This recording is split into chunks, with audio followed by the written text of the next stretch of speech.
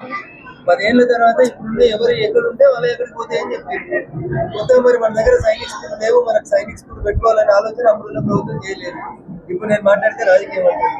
నా దృష్టికి వచ్చిన తర్వాత తెలంగాణకి సైనిక్ స్కూల్ విషయంలో చాలా స్పష్టంగా భారతీయ జనతా పార్టీ ఎంపీగా కేంద్ర ప్రభుత్వాన్ని ఒప్పిస్తున్నారు. సాధ్యమైనంత తొందరగా తెలంగాణకి సైనిక్ స్కూల్స్ తీసుకురావడంలో మెదక్ పార్లమెంట్ సభ్యునిగా ఈ గడ్డ మీద పుట్టిన బిడ్డగా 100% తెలంగాణ కోసం కష్టపడుతుంది.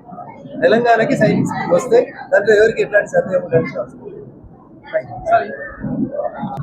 ఈ సంవత్సరం ఒకవేళ తెలంగాణ ప్రాంతంలో సైనిక్ స్కూల్స్ అవైలబుల్ లేక వేరే రాష్ట్రాల్లో లేదా పొరుగునున్న రాష్ట్రాల్లో అడ్మిట్ అయినటువంటి విద్యార్థులు ఒకవేళ డిఫెన్స్ కి సంబంధించిన స్కాలర్షిప్ ఇబ్బంది, తెలంగాణలో సైనిక్ స్కూల్స్ లేకపోవడం వల్ల తెలంగాణ ప్రాంత విద్యార్థులకు ఏదైనా నష్టం వాటిల్లుతుంది. దయించి నేను తల్లిదండ్రులకు చేసేటువంటి అప్పీల్ విషయాన్ని నా దృష్టికి తీసుకురాను.